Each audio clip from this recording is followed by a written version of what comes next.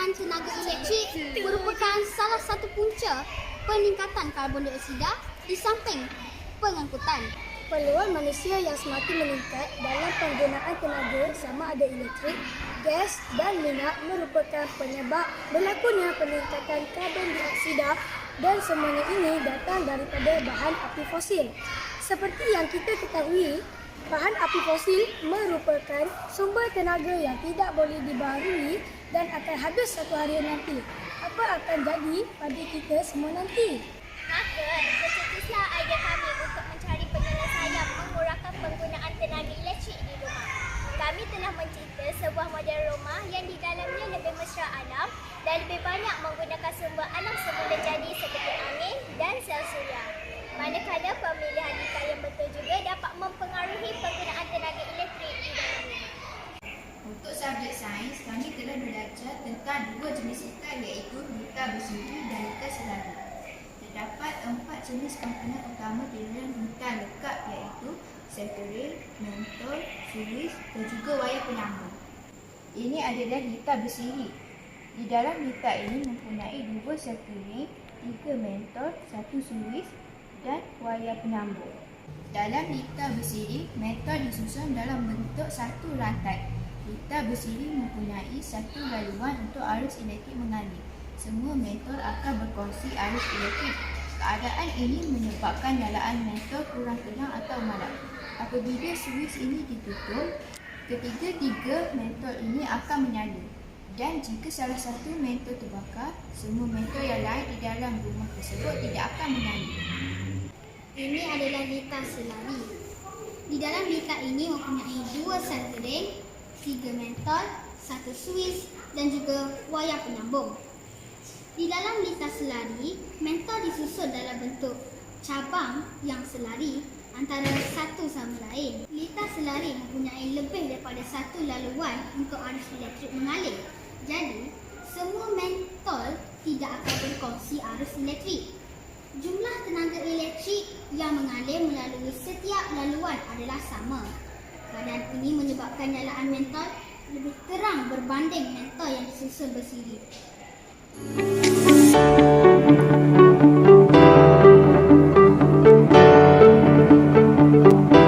Kelebihan litar selari, apabila hanya satu suis ditutup, maka hanya satu mentol yang akan menyala. Keadaan ini menyebabkan kita boleh mengawal bilangan mentol yang akan dinyalakan untuk mengurangkan penggunaan tenaga elektrik. Dan jika salah satu mentol terbakar, mentol yang lain masih boleh menyala. Kesimpulannya, menggunakan litar selari di dalam rumah adalah lebih menjimatkan tenaga elektrik kerana dapat mengawal bilangan mentol yang ingin dinyalakan di dalam rumah. Selain itu, kami juga menggunakan lampu diod pancaran cahaya atau LED untuk pencahayaan yang menjimatkan tenaga elektrik. Ia adalah salah satu contoh aplikasi teknologi hijau.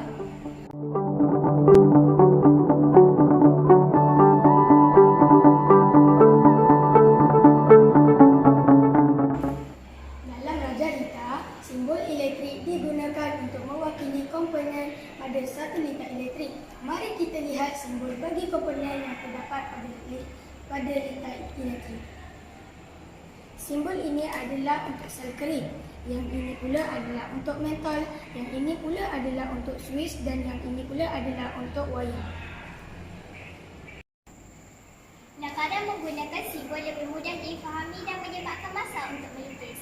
Ia juga dapat menunjukkan sambungan komponen elektrik yang lebih jelas berbanding dengan gambar komponen elektrik sebenar. Jadi, di sini saya ingin menyatakan 3 kelebihan menggunakan litar selari berbanding dengan litar bersiri.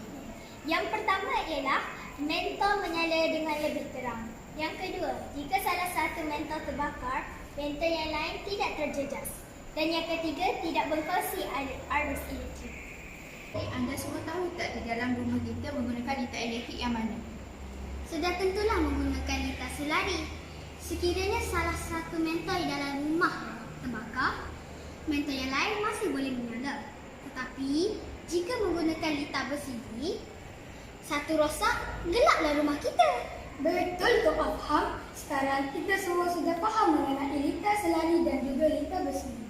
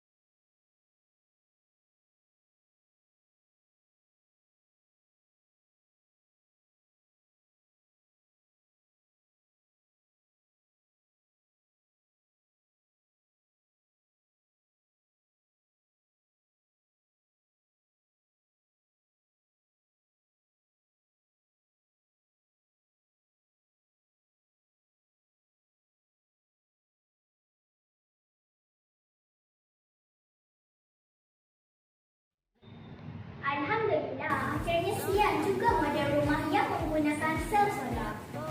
Model rumah ini dibina untuk menjimatkan penggunaan tenaga elektrik. Kami menggunakan bahan-bahan terbuang untuk menghasilkan model rumah ini, iaitu botol plastik, batang aiskrim, kayu beroti, kayu pelet dan lidi. Alatan tangan yang kami gunakan ialah gergaji, pukul kuku kambing, stapler, gam panas dan pita pengukur. Untuk mengukurkan model ini, kami menggunakan beberapa jenis pengikat iaitu gam panas, paku dan skru. Bahan-bahan yang kami gunakan ialah sel solar, wayar, mentol dan kipas.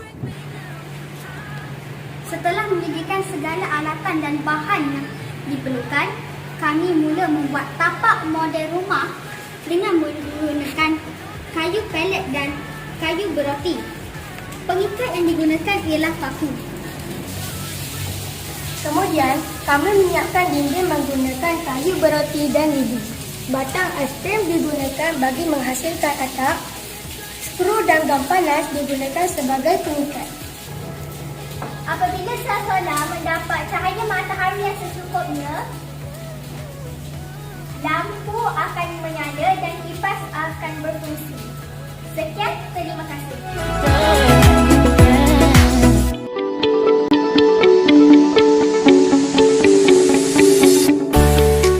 Okey, mula. Kumpulan kami telah membuat bacaan pada artikel yang bertajuk Gaya Hidup Hijau Perlu Demi Kelestarian Alam. Artikel ini dikeluarkan di laman Pusat Teknologi Hijau dan Perubahan Iklim Malaysia. Berdasarkan pembacaan kami telah memindahkan maklumat dalam bentuk carta pelbagai alih tentang sebab dan kesan gaya hidup dalam membentuk bandaraya hijau.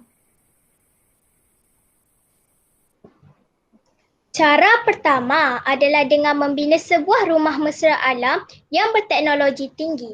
Rumah ini dapat menjimatkan penggunaan elektrik dan air. Penggunaan tenaga solar untuk peralatan dalam rumah akan mengurangkan penggunaan tenaga elektrik berbayar. Selain itu, kaedah kita semula dan pembuangan sisa makanan untuk dijadikan baja kompos juga dapat mengurangkan pembuangan sampah. Hal ini sekaligus dapat memastikan alam sekitar bersih dan tidak tercemar. Akhir sekali, penggunaan kenderaan yang dijana dengan kuasa elektrik dapat mengurangkan penghasilan gas karbon. Cara ini akan memastikan udara sentiasa bersih dan bebas pencemaran. Berdasarkan penerangan tadi, jelaslah bahawa teknologi hijau sangat penting dalam usaha memelihara dan memelihara alam sekitar. Teknologi terkini yang mesra alam dapat memastikan alam sekitar terus dijaga. Sekian.